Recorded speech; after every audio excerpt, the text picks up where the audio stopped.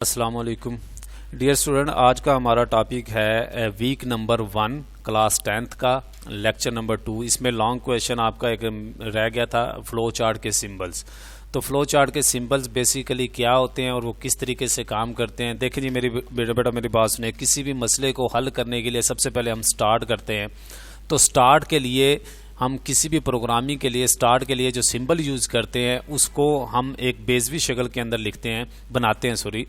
ये देखें, ये तो अलिफ शेप्स के अंदर होता है। इसको हम हाथ से बनाएं तो ये बिल्कुल अलिफ शेप्स के अंदर बनेगा, लेकिन अगर हम फुट रख के बनाएं बाकायदा इसको स्केल से बनाएं तो इस शेप में बनेगा।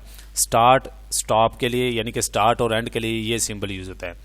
उसके बाद प्रोसेस के लिए जो सिंबल यूज़ होता है वो रेक्टेंगल होती है। वो क्या होती है? रेक्टेंगल होती है। जस्ट एक रेक्टेंगल होती है जिसकी मदद से हम अपने डाटा को प्रोसेस करवाते हैं। उसके बाद इनपुट और आउटपुट के लिए जो सिंबल यूज होता है वो पैरेललोग्राम होती है। क्या होती है? पैरेललोग्राम। यही इनपुट के लिए और यही किसी भी चीज़ को प्रिंट करवाने के लिए सिंबल यूज होता है। उसके बाद डिसीजन मेकिंग के लिए जो सिंबल यूज होता है यानी कि इफ स्टेटमेंट के लिए जो सिंबल यूज होता है वो डायमंड शेप के अंदर होता है। जहाँ पर हमने इफ़ देन का इस्तेमाल करना है तो उसके लिए हम डायमंड शेप में जो सिंबल है वो यूज़ करते हैं, जिसको डिसीजन मेकिंग भी कहते हैं। उसके लिए ये वाला सिंबल यूज़ करते हैं। उसके बाद है कनेक्टर। अब कनेक्टर बेसिकली क्या होता है? ये फ्लो लाइंस के फ्लो को कम करता है। ये एक सर्कल नुमा सिंबल है, बिल्कुल सर्कल की तरह होता है। इसका बेसिकली मकसद ये होता है कि फ्लो चार्ट में मौजूद कम्प्लेक्सिटी को कम किया जाए, पेचीदगियों को कम किया जाए, एम्बिग्यूटी को कम किया जाए। तो उसके लिए हम कनेक्टर सिंबल का इस्तेमाल करते हैं। इसकी मदद से होता ये है कि फ्लो लाइंस जो हैं वो कम हो जाती हैं।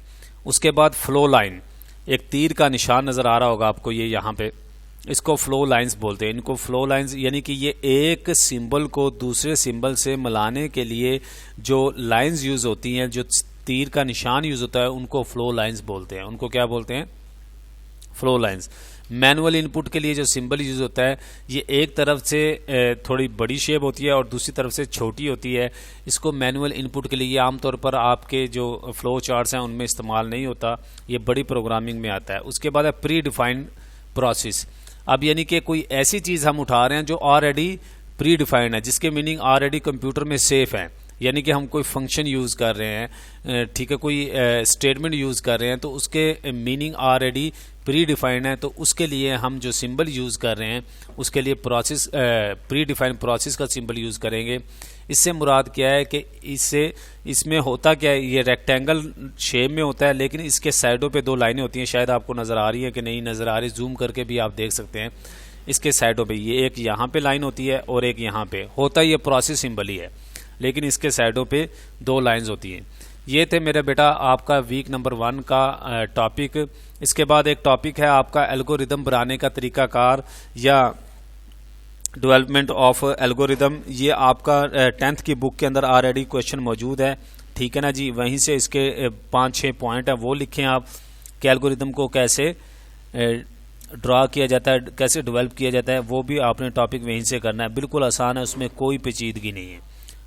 ऑलरेडी मैं आपको कई मरतबा ये क्वेश्चन करवा चुका हूँ। ये असाइनमेंट सबमिट करवानी है आपने जितनी जल्दी हो सके। शुक्रिया।